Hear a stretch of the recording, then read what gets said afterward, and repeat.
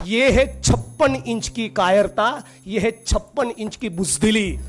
आप एक महिला को आगे करके 2500 किलोमीटर दूर बैठे किसी सिटिंग एमएलए के खिलाफ इतना फर्जी मुकदमा करते हैं। मेहसाणा गुजरात के निर्दलीय विधायक जिग्नेश मेवानी और 9 और लोगों को बिना इजाजत के आजादी रैली निकालने के 5 साल पुराने केस में दोषी ठहराते हुए 3 महीने कैद की सजा सुनाई गई है। आपको बता दें कि इस रैली में जेएनयू छात्र संघ के पूर्व अध्यक्ष और वर्तमान कांग्रेस नेता कन्हैया कुमार भी शामिल थे। मेहसाणा की एक मजिस्ट्रेट कोर्ट ने जिग्नेश के अलावा एनसीपी नेता रेशमा पटेल और सुबोध परमार को 3 महीने की सजा सुनाई है। वैसे जिग्नेश आजकल काफी चर्चा में है, कारण है उनके बिगड़े बोल।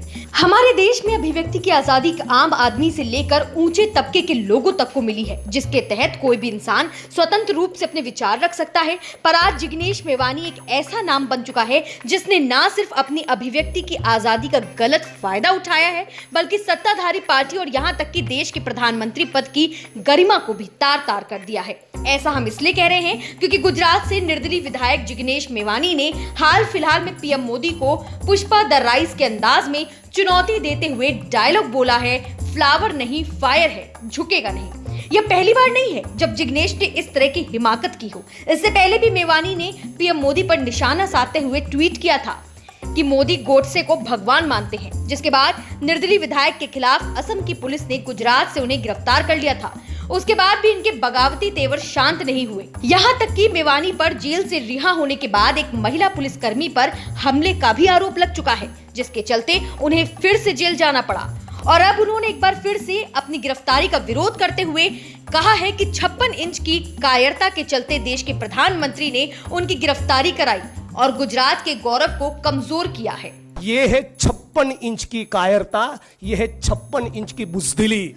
आप एक महिला को आगे करके 2500 किलोमीटर दूर बैठे किसी सिटिंग एमएलए के खिलाफ इतना फर्जी मुकदमा करते हैं। मेवानी ने आरोपों की झड़ी लगाते हुए कहा कि गुजरात चुनाव जल्दी होने वाले हैं और यह मुझे बर्बाद करने के लिए किया जा रहा है।